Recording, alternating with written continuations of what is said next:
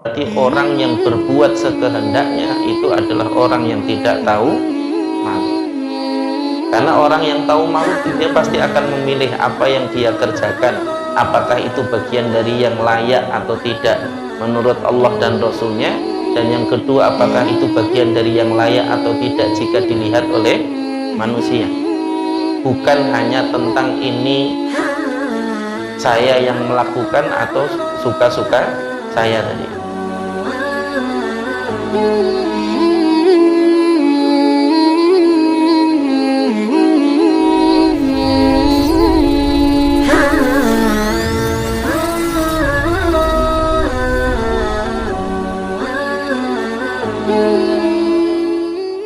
Alhamdulillahi Rabbil Alamin, wal aqibatu lil muttaqin, wala udwana illa 'alal zalimin, wassalatu wassalamu ala asyrafil anbiya'i wal mursalin, nabiyyuna Muhammadin sallallahu alaihi wasallam wa ala alihi wa sahbihi ajma'in, wa ba'd. Rabbi shrah li sadri wa yassir li amri wahlul 'uqdatam min lisani yafqahu qawli. Puji syukur kehadirat Allah Subhanahu wa taala yang dengan izinnya pada kesempatan malam hari ini kembali kita dipertemukan oleh Allah Subhanahu wa taala di rumahnya yang mulia, yang mudah-mudahan menjadi asbab kita mendapatkan kemuliaan di dunia dan dikumpulkan bersama dengan hamba-hambanya yang ditakdirkan masuk surga. Salawat dan salam juga moga tetap tercurah kepada Nabi kita Muhammad sallallahu alaihi wasallam yang telah dipilih oleh Allah sebagai uswah hasanah, sehingga tak layak bagi setiap mukmin kecuali mengikuti apa yang telah beliau contohkan dan beliau sunnahkan.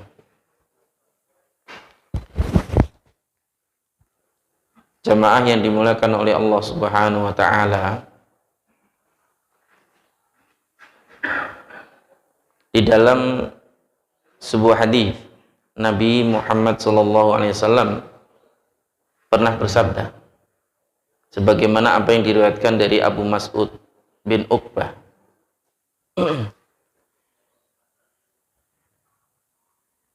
inna mimma, di antara apa yang diketahui oleh manusia, min kalamin nubuwatil ula, dari perkataan para nabi, idza lam tastahi fasna ma syi'ta, jika engkau tidak malu maka berbuatlah sesukamu.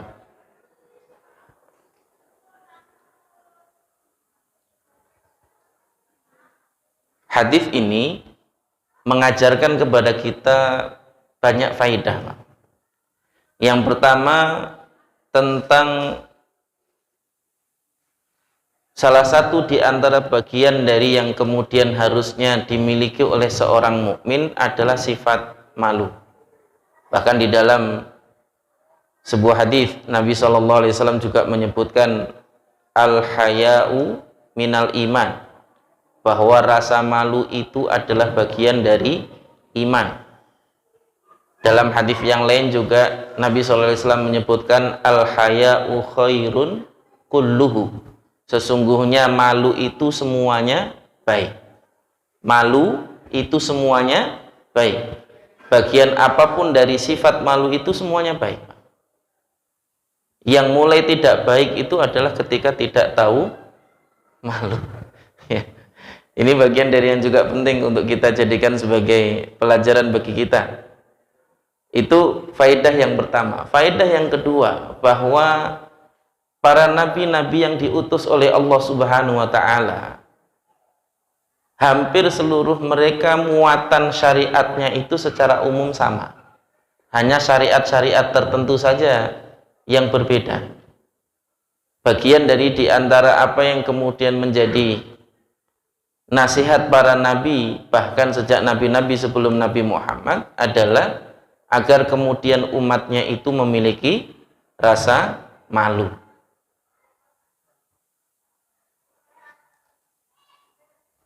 Disebutkan juga di sini, Allah Subhanahu wa taala juga berfirman di dalam ayatnya, "I'malu ma syi'tum." Berbuatlah sesukamu.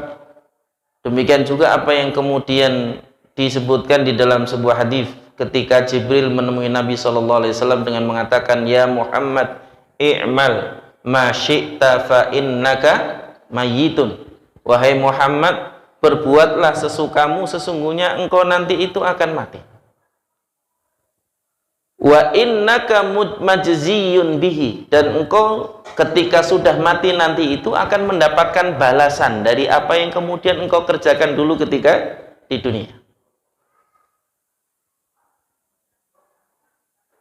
Maka jika kemudian kita ingin mendapatkan kebaikan nanti ketika di akhirat, maka perhatikan apa yang kemudian kita lakukan hari ini ketika kita masih hidup di dunia. Kalau kemudian kita malu kepada Allah Subhanahu wa taala, maka perhatikan apa yang kemudian kita kerjakan. Dan ini menjadi bagian dari yang penting untuk kita jadikan sebagai pelajaran bagi kita. Bahwa dari sejak Nabi yang pertama kali diutus oleh Allah Subhanahu wa taala hingga Nabi kita Muhammad SAW sebagai Nabi yang terakhir, di antara apa yang kemudian dinasihatkan oleh mereka para Nabi adalah apa? Idza lam tastahi fasna ma syi'ta. Jika engkau tidak malu, maka berbuat sekehendakmu. Di sisi lain berarti orang yang berbuat sekehendaknya itu adalah orang yang tidak tahu malu. Karena orang yang tahu malu dia pasti akan memilih apa yang dia kerjakan, apakah itu bagian dari yang layak atau tidak menurut Allah dan Rasulnya. Dan yang kedua, apakah itu bagian dari yang layak atau tidak jika dilihat oleh manusia. Bukan hanya tentang ini saya yang melakukan atau suka-suka saya tadi. Bagian dari yang juga penting untuk kita jadikan sebagai perhatian kita. Diriwayatkan di dalam hadis yang lain dari Abu Hurairah radhiyallahu anhu, "Al-imanu bid'un wa sittuna au bid'un wa sab'una syu'bah." Sesungguhnya iman itu ada 60 sekian atau 70 sekian cabang. Afdhaluha la ilaha illallah. Yang paling tinggi dari cabang keimanan itu adalah perkataan la ilaha illallah. Wa adnaha imatatul adza 'anit thariq. Dan yang paling rendah dari cabang iman itu adalah menyingkirkan duri dari jalan. Wal haya'u syu'batun minal iman. Nabi SAW mengatakan, sesungguhnya rasa malu itu adalah salah satu dari cabang iman. Hadis ini juga mengajarkan kepada kita tentang iman itu bertingkat-tingkat, sebagaimana kemudian juga nanti kedudukan manusia di akhirat juga bertingkat-tingkat sesuai dengan kadar keimanannya ketika di dunia. Amalannya pun juga beraneka ragam, ya. Amalannya bermacam-macam dan juga beraneka ragam sesuai dengan kemampuan kita masing-masing, sebagai bagian dari bentuk rahmat dan kasih sayang Allah kepada kita, bahwa Allah itu tidak memaksakan sesuatu yang kita tidak mampu untuk melakukannya. Makanya Allah dengan tegas menyebutkan di dalam ayatnya, la yukallifullahu nafsan illa wus'aha. Sesungguhnya Allah itu tidak memberikan beban kepada seseorang kecuali sesuai dengan kadar kemampuannya. Maka di dalam amalan pun kita tidak dipaksakan bahwa semuanya amalannya harus sama, enggak. Bahkan dari sejak para sahabat dahulu juga amalannya berbeda-beda. Ada sahabat itu yang kemudian kemampuan membaca Al-Qur'annya melebihi yang lain. Sampai kemudian bertanya kepada Nabi, wahai Nabi, berapa kali boleh saya menghatamkan Al-Qur'an? Apakah satu hari sekali boleh? Kata Nabi SAW, jangan. 3 hari sekali maksimal kalau kita mau menghatamkan Al-Quran. Jadi 10 juz per hari. Supaya apa? Supaya ada bagian dari waktu yang kemudian kita bisa jadikan sebagai tadabbur atau kesempatan kita untuk mentadaburi apa yang kita baca, Pak. Tapi kalau 1 hari khatam itu kemungkinan tadabburnya sangat kecil. Dan itu bagian dari yang juga penting untuk diperhatikan. Maksimal 1 bulan sekali khatam, bukan 1 tahun sekali, Pak. 1 bulan sekali khatam. Itu yang diajarkan Nabi kepada kita.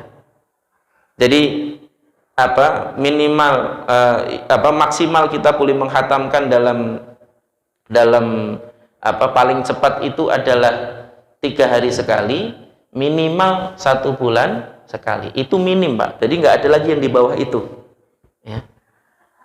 Makanya sebenarnya ada program bagus yang pernah ada di antara kaum muslimin di Indonesia, itu one day one juz, itu 1 hari 1 juz. Cuman sayangnya ya tadi, kalau seandainya itu berangkat dari keinginan pribadi, bukan karena terpaksa, walaupun kadang-kadang amalan tertentu ya harus dipaksa, Pak.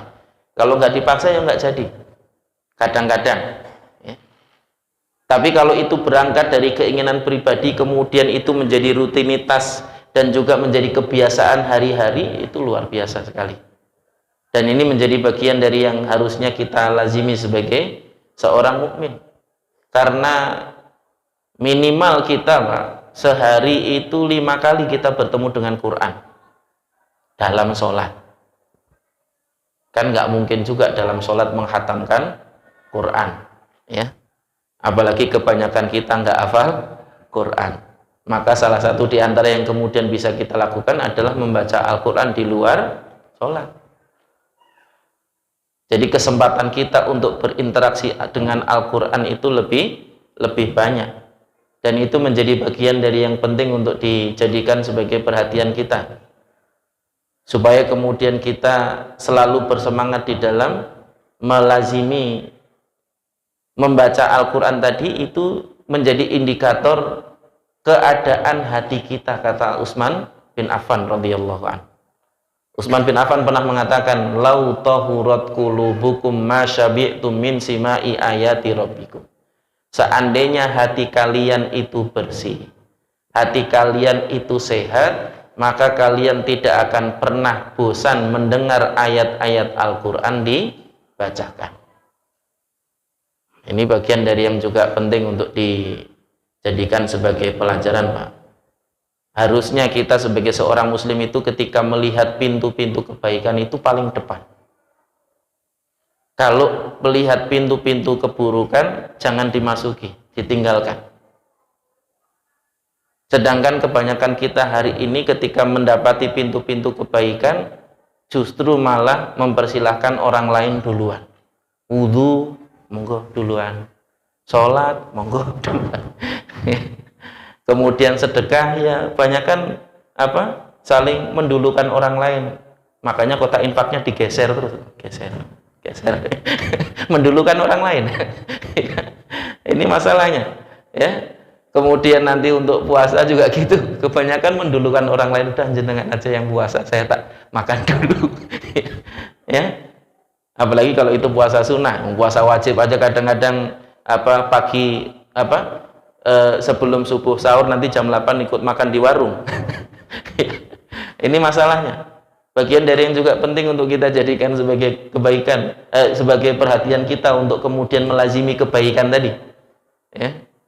Karena Nabi sendiri mengingatkan kita, khuffatin naru bisyahawat, khuffatin jannatu bisyahawat, wa khuffatil jannatu bil makari, wa khuffatin naru bisyahawat. Sesungguhnya surga itu dikelilingi dengan sesuatu yang tidak disukai, Pak. Sholat itu lebih banyak yang nggak suka daripada yang suka. Makanya dari dulu bangun masjid itu, Pak, sekecil apapun masjidnya itu qadarullahnya yang nggak pernah penuh. Apalagi masjidnya gede. Yang kecil aja nggak pernah penuh, apalagi masjidnya gede. Ini masalahnya, ya. Loh, coba kalau kita mau hitung saja nih penduduk sekitar Al-Huda ini ada berapa kakak Pak RT? 400 kakak. 400 kakak ini satu soft ini berapa orang Pak? 30.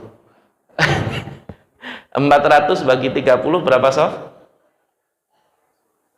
10 soft lebih harusnya ya. 10 soft lebih. Ini harusnya udah penuh Pak.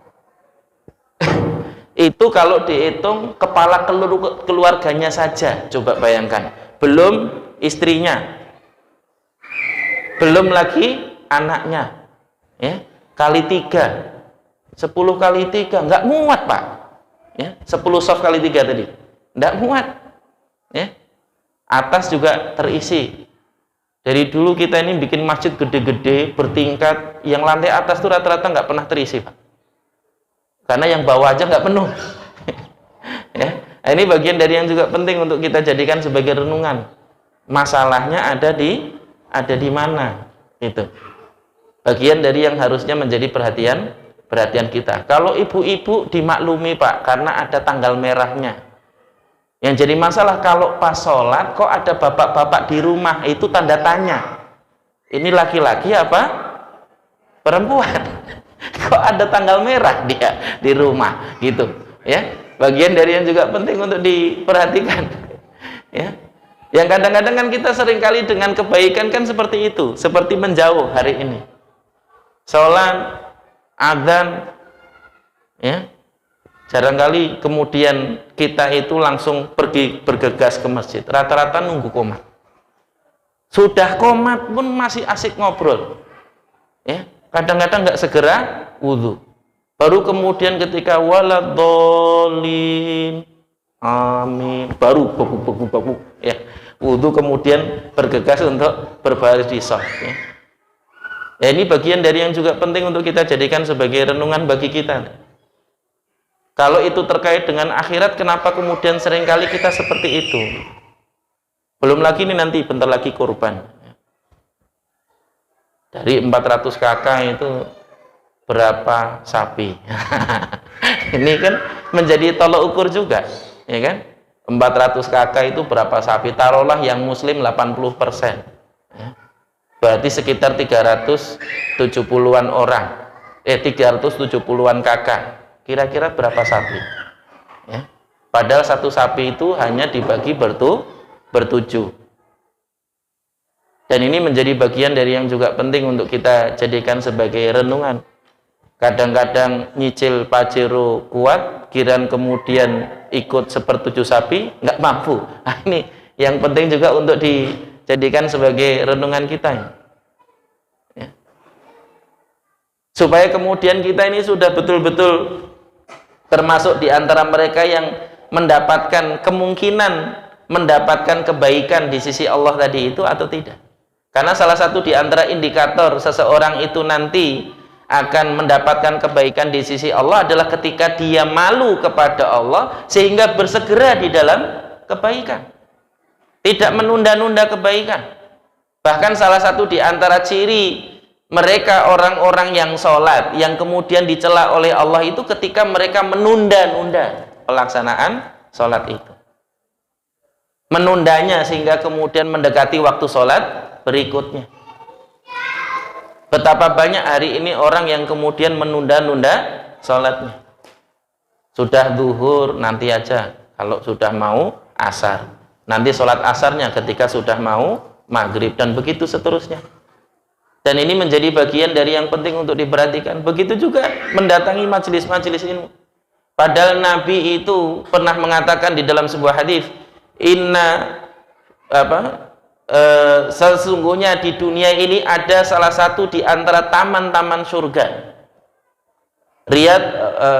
Raudhatun min riyadil jannah, yaitu majelis-majelis ilmu. Nabi saja menyebut majelis ilmu sebagai bagian dari taman-taman surga, sedangkan kita ini rata-rata pengen masuk surga, cuman menghadiri dan mendatangi taman-taman surga aja nggak mau. Kira-kira masuk rumah di surga atau tidak itu ya. Masuk tamannya aja nggak mau ya.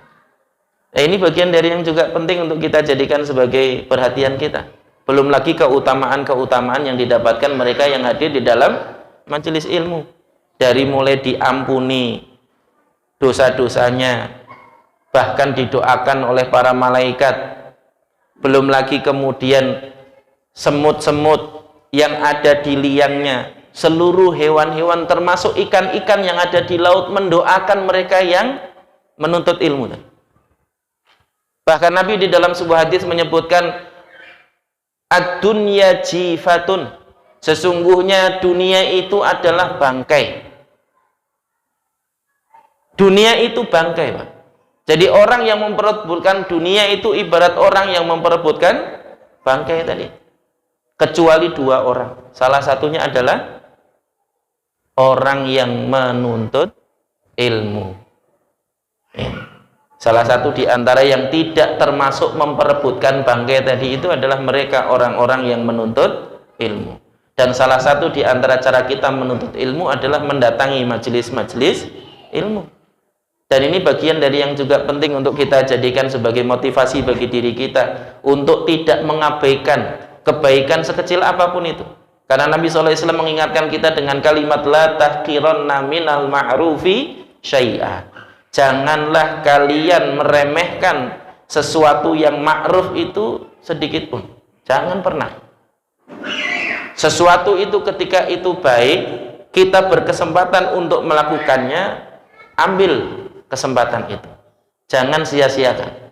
Supaya kemudian kita mendapatkan kebaikan dari apa yang kemudian kita ambil tadi. Karena Nabi SAW juga pernah mengingatkan kita dengan kalimat sesungguhnya kematian itu mengejar kalian sebagaimana rizki juga mengejar kalian. Kematian itu, Pak, itu mengejar kita sebagaimana rizki juga mengejar kita. Kalau kemudian kita ini dikejar oleh kematian, begitu juga rizki mengejar kita, maka sebenarnya kita nggak perlu khawatir dengan dua ini. Ya. Karena mau kayak mana juga akan ada saatnya kita akan kelewat tadi itu, akan dikejar dan kedapatan atau ke apa istilahnya, ketempong. Tempong itu apa, Pak? Pak, ya, kesalip, ya. Akan kesalip, kita kalah, ya. Akan ada saatnya nanti begitu, ya. Kita akan kalah nanti, ya. Kalau sudah kalah ya sudah. Sebagaimana kematian itu ketika sudah datang, la yastakhiru sa'atan wa la yastakdimun, tidak bisa dimajukan atau dimundurkan meskipun hanya sedikit saja. Begitu juga rizki, kalau sudah jatahnya habis mesti mati, Pak. Kalau masih hidup, rizkinya masih ada. Dan ini menjadi bagian dari yang juga penting untuk dijadikan sebagai perhatian. Yang kadang-kadang kita ini malah kadang-kadang salah tempat. Yang harusnya kita kejar adalah akhirat, tapi kita justru malah mengejar dunia. Padahal dunia itu pasti mendatangi kita. Sebagaimana apa yang dikatakan Nabi, rizki itu mengejar kita sebagaimana kematian mengejar kita. Yang kalau sudah sampai saatnya tadi, kesalib tadi itu sudah selesai. Maka jangan pernah menyia-nyiakan kesempatan kebaikan sedikit pun. Supaya kemudian kita tidak menyesal sebagaimana seorang sahabat yang kemudian sebelum kematiannya mengatakan kepada istrinya, andaikan lebih jauh, andaikan lebih baru, andaikan semuanya. Dan itu bagian dari yang juga penting untuk kita jadikan sebagai pelajaran. Sahabat itu, Pak, menempuh jalan ke masjid untuk sholat bersama Nabi itu melewati 3 bukit, tapi nggak pernah masbuk. Kita ini kadang-kadang sholat rumahnya samping masjid, masbuk. Ini masalahnya. Sahabat tadi itu melewati 3 bukit, Pak. Saking jauhnya perjalanan itu sampai dia bawa bekal, tapi nggak pernah masbuk. Sampai ketika dia meninggal itu, yang terucap olehnya sebelum dia meninggal saat sekarat itu, andaikan lebih banyak tadi, semuanya tadi. Andaikan lebih baru dan andaikan apa namanya lebih jauh tadi. setelah dia melihat pahala dari apa yang dilakukannya tadi. Andaikan lebih jauh maksudnya apa, Pak? Perjalanan yang melewati 3 bukit tadi, setelah dia lihat sebelum kematiannya tadi itu pahala yang sangat besar yang dijanjikan Allah dia dapatkan nanti, setiap langkah sebagaimana yang kemudian disabdakan Nabi SAW, setiap langkah menuju masjid itu, Pak, itu menggugurkan dosa, meninggikan 1 derajat. Yang 1 derajat di akhirat itu seperti jarak antara bumi dan langit. 1 derajatnya.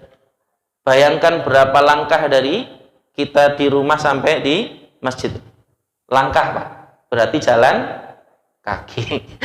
Namanya langkah itu berarti jalan kaki, Pak. Ya.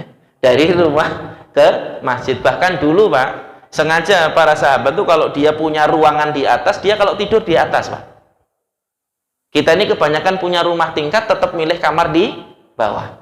Kalau sahabat milih di atas, Pak. Sudah kamarnya di atas, nanti kalau melangkah ini anak tangga nih, Pak, ya. Melangkah turun 1, satunya turun lagi, turun 1 lagi, satunya turun lagi. Kenapa, Pak? Biar banyak langkahnya. Kalau kita kan langsung tuh plek plek plek plek plek langsung ke bawah. Kalau sahabat dulu enggak, turun 1 anak tangga, turun lagi, turun 1 anak. Jadi 1 anak tangga itu 2 langkah. Dalam rangka apa? Kasrotul khuto, memperbanyak langkahnya menuju masjid ini. Makanya kalau tidur di atas, supaya kalau kemudian ke masjid itu langkahnya lebih banyak. Bahkan sengaja langkahnya dipendek-pendekin, supaya kemudian langkahnya banyak tadi. Dulu para sahabat sampai seperti itu, Pak. Ya. Sedangkan kita ini kadang-kadang ambil praktis. Masjidnya samping rumah juga starter motor. Parkir motornya. Ya. Padahal justru keutamaannya di langkah kakinya tadi. Walaupun ya tetap ada pahalanya, cuman kita nggak tahu ngitungnya kalau naik motor itu ya. Kalau yang di naik jalan berjalan kaki itu kan Nabi jelas menyebutkan hitungannya tadi. Sampai saking giatnya mereka untuk mendapatkan kebaikan tadi itu sampai seperti itu, Pak. Memperbanyak langkah supaya mendapatkan kebaikan yang jauh lebih banyak. Andaikan lebih semuanya atau andaikan lebih banyak, suatu ketika si sahabat tadi itu ketika berjalan menuju masjid tadi itu mendapati ada seorang yang kelaparan. Dia membawa bekal 1 potong roti yang kemudian dia bagi 2, setengahnya diberikan kepada orang tadi, setengahnya dia bawa. Ketika menjelang kematiannya dia melihat betapa besar pahala sepotong roti yang kemudian dia berikan tadi, kemudian dia bergumam seandainya semuanya. Sedangkan kita ini jangankan sepotong roti, duit 1 dompet juga kalau ada kotak infak lewat yang dicari yang apa, Pak? Ya, duit kalau 1 dompet itu yang ngasih setengah aja nyesel, Pak. Yang ngasih setengah nyesel, apalagi ini. Ya, tapi itu tetap lebih baik daripada cuman lomba mendorong tadi. Ya. Kita ini kadang-kadang sering dorong-dorongan tadi, terutama dalam 2 hal, kotak infak dan jadi imam. Dorong-dorongan. Ya. Ini bagian dari yang juga penting untuk kita jadikan sebagai renungan bagi kita. Dulu sampai sahabat seperti itu. Seandainya semuanya. Kemudian yang ketiga, seandainya yang baru, Pak. Nah, dalam perjalanan berikutnya itu sahabat tadi itu melewati orang miskin yang sedang kedinginan karena nggak punya baju. Yang saat itu dia pakai double 2. Baju yang lama di dalam, baju yang baru dipakai di luar. Jadi kan kelihatannya pakai baju baru. Apa yang dilakukan ketika lewat tadi itu? Dia lepas baju yang barunya, dia lepas baju yang lamanya, baju barunya dipakai lagi, baju lamanya dikasihin. Ya. Setelah mau dalam sekarat tadi itu dia melihat betapa besarnya pahala dari baju yang dia berikan kepada orang yang kedinginan tadi itu, ya. Kemudian dia bergumam, andaikan yang baru yang diberikan. Kita ini kadang-kadang kalau berbagi yang bagus atau yang biasa. Kalau nyebut jelek kok nggak enak. Yang bagus atau yang biasa. Kalau ngasih itu biasanya yang biasa-biasa aja. Jarang ngasih yang paling bagus.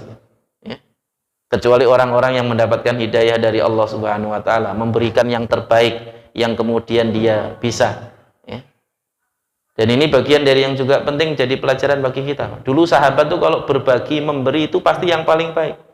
Karena mereka malu kalau memberi yang biasa-biasa saja itu. Abu Tolhah itu Pak, punya kebun yang paling dia sukai.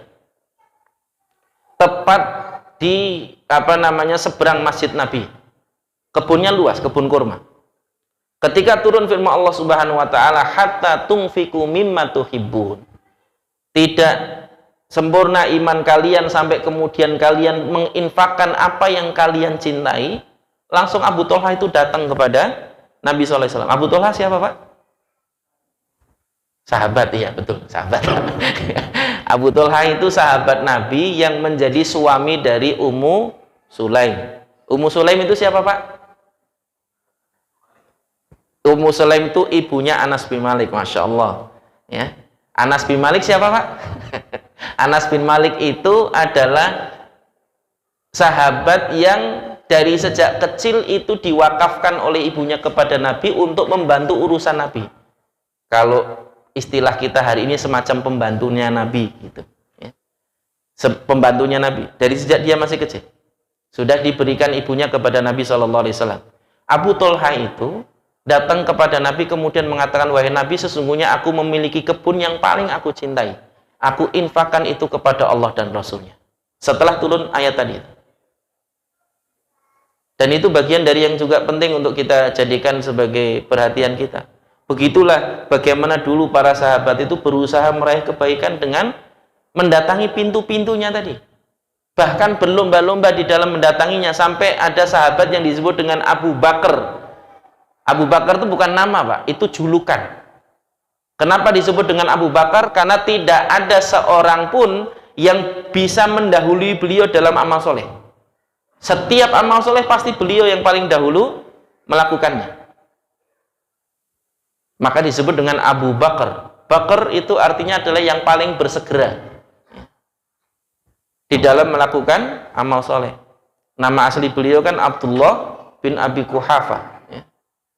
Itu Abu Bakar As-Siddiq radhiyallahu an, mendapatkan kemuliaan bahkan menjadi manusia terbaik setelah para nabi karena mendatangi pintu-pintu kebaikan dan bersegera tadi, tidak menyia-nyiakan itu.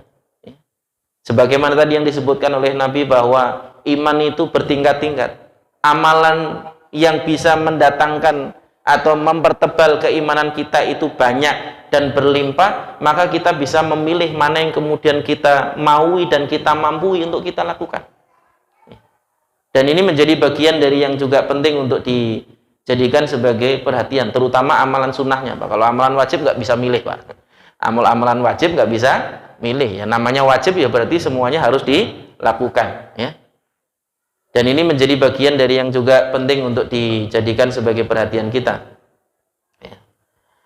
Hadis ini juga mengajarkan kepada kita tentang pentingnya memperhatikan rasa malu yang Nabi sebut sebagai salah satu di antara cabang iman.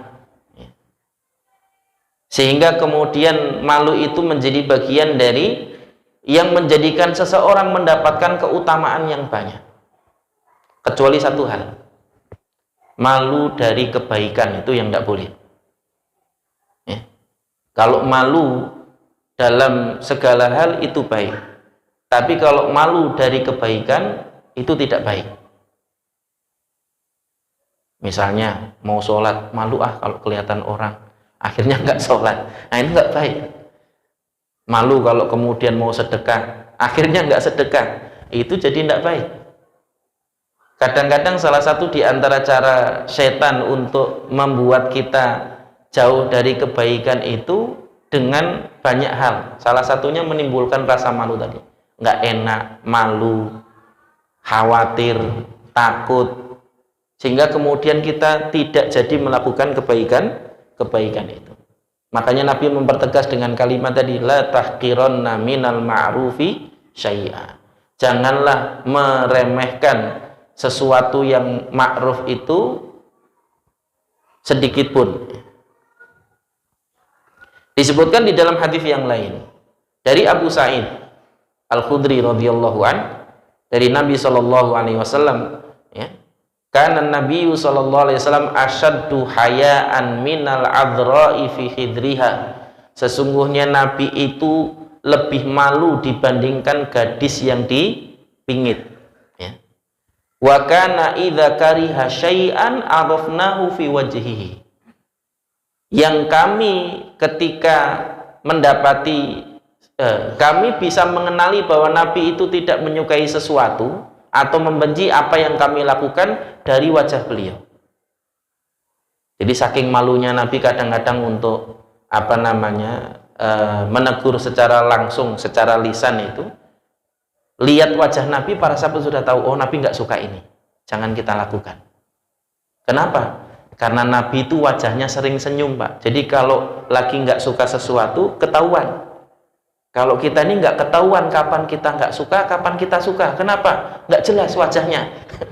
Jarang senyumnya, sering cemberutnya. Ini masalahnya. Bagian dari yang juga penting untuk kita jadikan sebagai renungan bagi kita. Nabi itu saking dikenal dengan wajahnya yang selalu berseri-seri itu, sehingga sahabat itu tahu kapan Nabi tidak menyukai sesuatu. Ini sekaligus jadi pelajaran bagi kita para ayah, Pak. Jangan sering marah-marah. Ya. Jadi nanti anak tahu kapan kita tidak suka. Ya. Kalau kita dikit-dikit marah, jadi anak itu udah nebak nanti, alah paling nanti bentar lagi bapak marah. Ya. Ini bagian dari yang juga penting untuk hati-hati. Saking Nabi itu dikenal dengan banyak kebaikannya tadi, berseri-seri wajahnya, santun tutur katanya, lembut tingkah laku beliau, ya kan? Sehingga ketika kemudian tidak menyukai sesuatu itu bisa terlihat dari wajah beliau. Dan ini bagian dari keutamaan malu tadi. Sehingga ketika kemudian seseorang menghiasi dirinya dengan sifat malu tadi itu, ya, maka akan menjadikan dirinya lebih mulia dibandingkan mereka yang tidak menghiasi dirinya dengan sifat malu. Sebagaimana Nabi kita Muhammad Sallallahu Alaihi Wasallam yang menghiasi dirinya dengan sifat malu, bahkan disebut oleh sahabat Abu Sa'id Al-Khudri tadi itu lebih pemalu dibandingkan gadis yang sedang dipingit tadi. Dan itu bagian dari yang juga penting untuk kita jadikan sebagai teladan bagi kita. Ya. Disebutkan dari Utsman dan Aisyah radhiyallahu anha,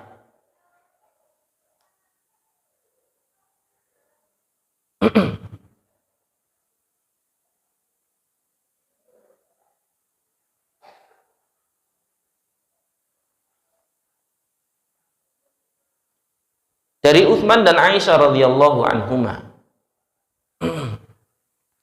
anna Abu Bakrin ista'dana ala Rasulillah sallallahu alaihi wasallam. Suatu ketika Abu Bakar meminta izin untuk menemui Nabi sallallahu alaihi wasallam, wa huwa muttaji'un ala firasyi Aisyah. Yang saat itu beliau apa istilahnya? Agak sedikit rebahan begini, Pak, ya. Di dipannya Aisyah radhiyallahu anha, labisan mirata Aisyah, menggunakan selimutnya Aisyah radhiyallahu anha. Fa'adzina li Abi Bakar wa huwa kadzalik. Lalu kemudian Rasul mengizinkan Abu Bakar dan keadaan Rasul masih seperti itu. Faqadha ilaihi hajatahu tsumman sarafa. Lalu kemudian Abu Bakar menunaikan seluruh kepentingannya dengan Nabi tadi itu. Setelah itu kemudian beliau pergi. Sumasta'dzana Umar. Lalu kemudian Umar meminta izin kepada Rasul. Fa'adzina lahu wa huwa kadzalik. Kemudian mendapati Nabi seperti itu dan Nabi mengizinkan, beliau tidak berubah posisinya. Faqadha ilaihi hajatahu tsumman sarafa. Lalu kemudian Nabi dan Umar tadi itu menyelesaikan urusannya, kemudian Umar pergi setelah itu. Qala Utsman, summasta'dzantu alaihi fajalasa. Lalu setelah itu aku masuk menemui Nabi meminta izin dan aku diizinkan, dan saat aku masuk Nabi dalam keadaan duduk. Tadinya baringan begini, Pak. Ketika Utsman masuk langsung duduk. Qala li Aisyah. Lalu kemudian Nabi berkata kepada Aisyah, ijma'i ilaiki thiyabaki. Kumpulkan baju-bajumu. Qala faqadaitu ilaihi hajati tsumman saraftu. lalu kemudian aku menunaikan segala keperluanku dengan Nabi tadi itu, kemudian aku pergi. Qala faqalat Aisyah. Utsman mengatakan, Aisyah bertanya kepada Nabi sallallahu alaihi wasallam, "Ya Rasulullah, lam araka fazi'ta li Abi Bakar wa Umar radhiyallahu anhuma kama fazi'ta li Utsman." Wahai Rasulullah, engkau tidak kaget atau tidak berubah posisi tadi itu ketika kemudian menemui Abu Bakar dan Umar, sedangkan ketika engkau menemui Utsman engkau kaget dan berubah posisi tadi. Faqala Rasulullah sallallahu alaihi wasallam, maka kemudian Rasulullah sallallahu alaihi wasallam bersabda, "Inna Utsmana rajulun hayyun." Sesungguhnya Utsman itu adalah orang yang pemalu. Wa inni khasyitu in adzintu lahu wa ana ala tilkal hal. Dan jika aku mengizinkannya sedangkan aku dalam posisi masih seperti tadi, alla yablugha ilayya fi hajatihi. Aku khawatir urusannya tidak selesai denganku karena rasa malunya kepadaku tadi. Hadis ini menunjukkan kepada kita banyak hal yang berfaedah. Yang pertama tentang kita perlu untuk bersikap kepada seseorang itu sesuai dengan karakternya. Jangan disamaratakan. Orang yang mudah baper dengan orang yang ndablek itu apa bahasa Indonesianya ya? Pokoknya cuekan lah istilahnya ya. Itu harusnya kita bertutur katanya berbeda. Kalau dengan orang yang baper berarti kita harus menjaga tutur kata kita jangan sampai kemudian menyinggung hatinya. Kalau kemudian kita berbicara dengan orang yang cuek, ya monggo saja kalau mau ceplas-ceplos, tapi tetap dengan batasan-batasannya. Ya. Dan itu menjadi bagian dari yang dicontohkan Nabi kepada kita. Supaya kemudian kita bersikap dengan cara yang tepat. Begitu juga orang tua kepada anak-anaknya. Anak-anak itu kadang-kadang punya karakter yang berbeda. Jangan disamarata. Kalau anak pertama, Pak, itu rata-rata tahan banting. Mau dimarahin, mau disuruh ini, suruh itu, ya jojong aja Pak. Tapi beda dengan anak kedua. Anak kedua itu kadang-kadang lebih mudah tadi, baper tadi itu. Dimarahin dikit, langsung mengkeret Pak. Nyari tempat, ya. Sembunyi dia. Malah nggak melakukan apa-apa. Beda kalau sama anak pertama. Maka sikapi anak-anak tadi itu dengan cara yang tepat sesuai dengan karakternya. Sebagaimana Nabi mengajarkan kepada kita, bagaimana mensikapi sahabat tadi itu juga dengan tepat sesuai dengan karakternya. Tidak disamaratakan. Ya. Ini faidah di dalam pendidikannya. Kemudian faidah berikutnya juga adalah bahwa kenapa Nabi berubah, sedangkan kepada Abu Bakar dan Umar tidak. Di satu sisi bahwa Abu Bakar dan Umar itu mertua Nabi, Pak. Ini indahnya hubungan persahabatan Nabi dengan sahabat-sahabat beliau. Nabi, Abu Bakar, Umar, Utsman, Ali. Kan 4. Yang paling dekat, istilahnya sahabat ring satunya Nabi kan itu. Ya. Selain 10 orang yang dijamin masuk surga. Ya. Ada 4 sahabat Nabi yang paling dekat dengan Nabi. Yang 2 itu mertuanya Nabi, Pak. Yang 2 adalah menantunya Nabi. Jadi kalau kita mau mempererat persahabatan, salah satunya dengan pernikahan. Itu salah satunya, Pak. Ya, dengan pernikahan. Jadi kalau mau mempererat persahabatan itu dengan pernikahan salah satunya. Ya, sebagaimana tadi Abu Bakar, Umar itu mertuanya Nabi. Sedangkan Utsman dan Ali itu menantunya Nabi. Dan keempat-empatnya ini sahabat Nabi yang paling dekat dengan Nabi. Dan ini menjadi bagian dari yang juga kita perlu perhatikan. Ketika kemudian Abu Bakar, Umar menemui Nabi, Nabi tidak berubah karena juga Nabi tahu selain karakternya Abu Bakar dan Umar, ya, bahwa mereka juga mertuanya Nabi. Dan mertua itu hukumnya mahram, sehingga menantu ketika dilihat mertua seperti apapun tidak ada masalah sebenarnya, Pak. Ya. Walaupun kadang untuk ukuran tertentu tersingkap auratnya itu sebenarnya tidak ada masalah kalau di hadapan mertua. Terlepas dari perbedaan para ulama tentang batasan aurat terkait dengan ketika melihat mahram itu sebatas apa. Kalau Imam Syafi'i ya, terutama untuk wanita ya, itu perut dari pusar sampai lutut itu yang tidak boleh terlihat, tapi selain itu boleh. Tapi kalau mazhabnya Imam Malik mengatakan tidak boleh wanita itu terlihat kecuali anggota wudhunya saja. Anggota wudhu itu berarti kepala, kedua tangan, kedua kaki, hanya sebatas sampai mata kaki. Kalau ibarat pakai baju ya daster lengan pendek itu Pak, daster panjang lengan pendek itu, itulah pakaian seorang menantu di hadapan mertuanya kalau menurut mazhab Imam Malik. Yang jadi masalah hari ini, pakaian yang harusnya di hadapan mahram atau mertua tadi itu kadang-kadang dipakainya di luar rumah. Ini yang tidak tepat ini ya.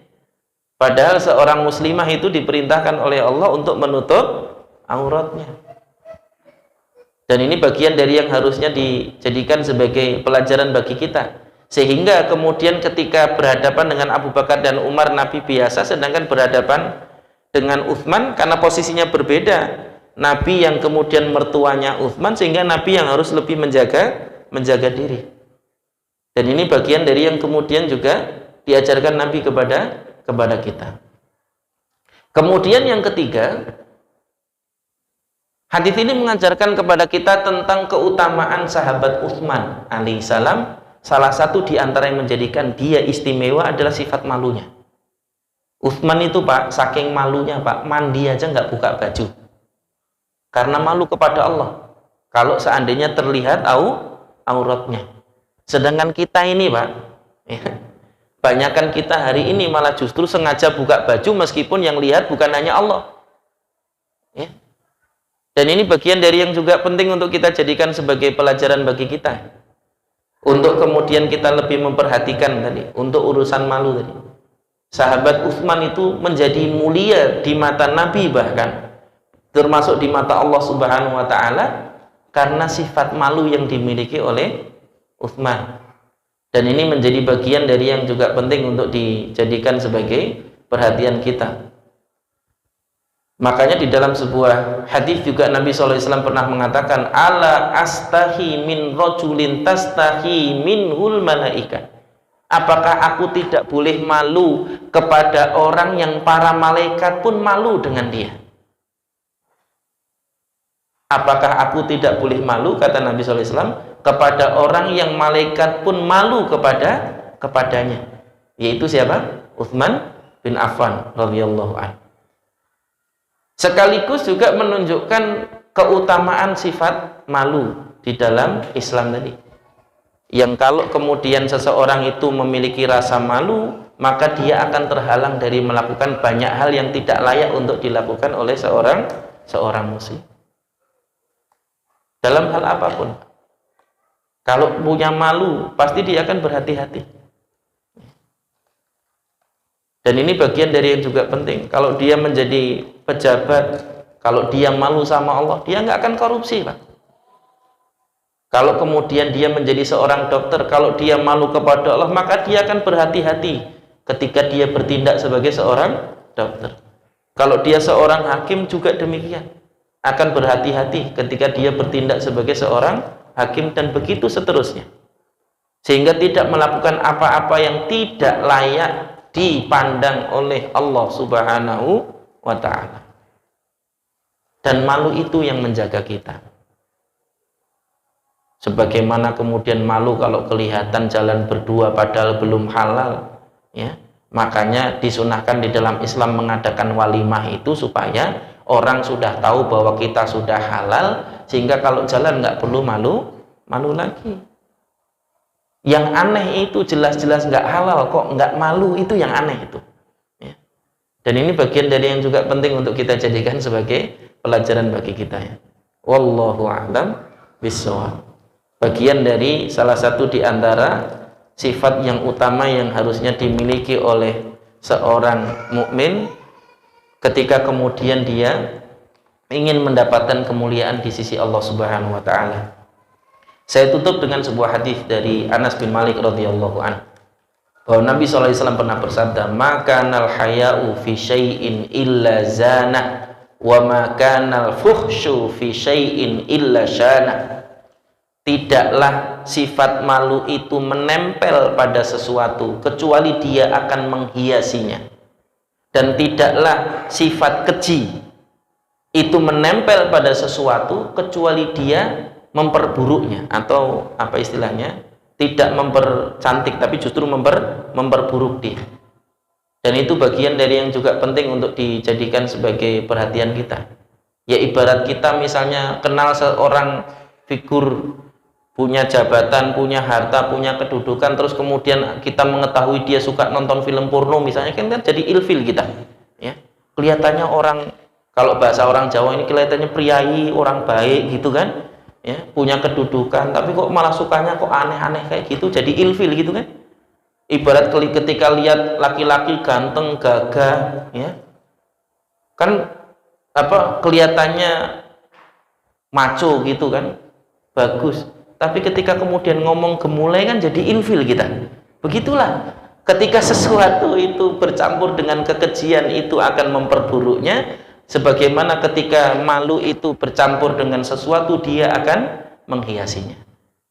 Selama kita tidak malu kepada kebenaran, dan tidak boleh kita malu terhadap kebenaran. Wallahu a'lam bishawab. Demikian barangkali, mohon maaf atas salah kata, salah ucap, salah tingkah. Wabillahi taufiq wal hidayah. Wa sallallahu ala nabiyyina Muhammadin wa ala alihi wasallam. Subhanakallahumma wa bihamdika asyhadu an la ilaha illa anta astaghfiruka wa atubu ilaik.